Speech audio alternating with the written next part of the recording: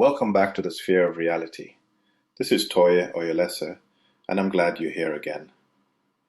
In the last episode, if you caught it, I kind of wrestled out loud with the toy paradox, this idea that consciousness can't be falsified.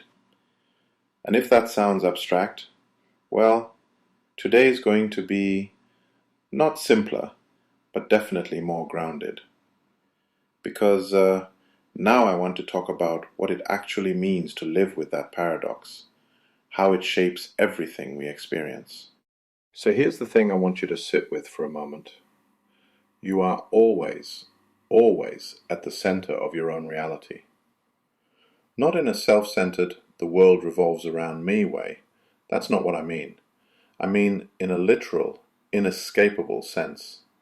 Every single thing you perceive gets filtered through your own mind, your own senses, your specific biology. You've got this apparatus, this body and brain, and it's the only window you have on the world. I remember my first year working in Canada.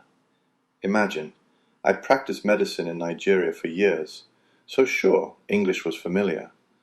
But suddenly, I was in a clinic in rural Alberta and, let's say, I realized how much interpretation happens inside the mind. Patients use dialects and slang I'd never heard. Words I thought I knew became almost foreign. I'd hear them, I knew what they were supposed to mean, but my brain did this odd thing. It kind of put them through a filter, and sometimes I'd just draw a complete blank. Not because I didn't know English, but because my mind just didn't map the sound to the meaning anymore. And I'd stand there for a split second longer than I meant to, trying to make sense. Sort of embarrassing, actually. But it made me realize, even with something as basic as language, everything I experience is reconstructed inside my head. That goes for everything. Sound, sight, touch, all of it. When someone says something, you don't actually hear their words as they are. You hear the vibration, your eardrum reacts, then your nervous system sends a signal, and finally, your brain? It decides what you think you heard. Same with sight. We don't see what's out there. We see a version our brains are making from light bouncing off objects.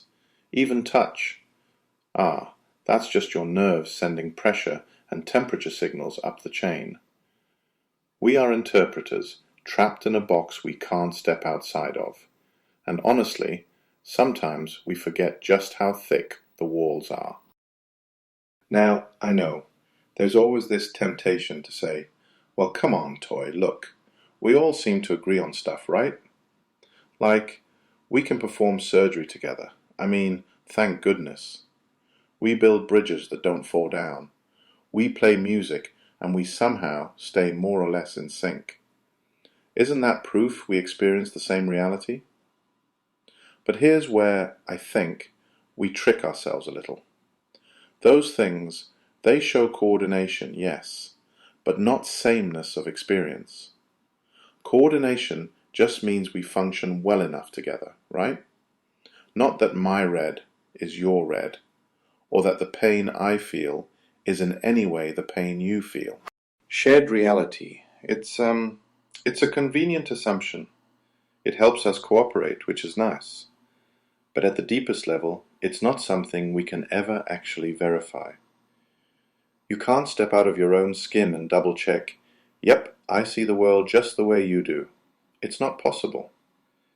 As much as I want to believe I truly get what's happening inside my patient's mind when they describe their pain or their fear, I might resonate with it based on my own experience, but I can't access theirs directly. Even in those moments where someone looks at you and you just know this person gets it, well, that's still your interpretation at the center. And misunderstandings? They become almost inevitable. When we assume too much overlap in our realities, that's where social trust gets tricky. I think about couples who finish each other's sentences for years, then suddenly hit a patch where everything feels off. or teams that seem perfectly aligned until a tiny miscommunication throws everything sideways. It's not that we suddenly changed. It's that the myth of completely overlapping experience was always a myth. We just got reminded. So we muddle through, using our best human-sized tools for empathy and communication. So you're locked in. What then? Should we just throw up our hands? That's it? That's my little bubble? I'll just stay here? Well, no. And this is where I, get a little prickly with that old think outside the box cliché. Because honestly, there's no such thing. For starters, it is not a box. It is a sphere. It has no sides, no beginning or end. There's only inside the sphere. You can't escape your own epistemic position. I mean, you're always going to be inside your own head, for better or worse. But here's what's actually possible. You can grow your sphere, make it bigger, push at the edges. You can expand what's inside, deepen what you understand, let in more experiences.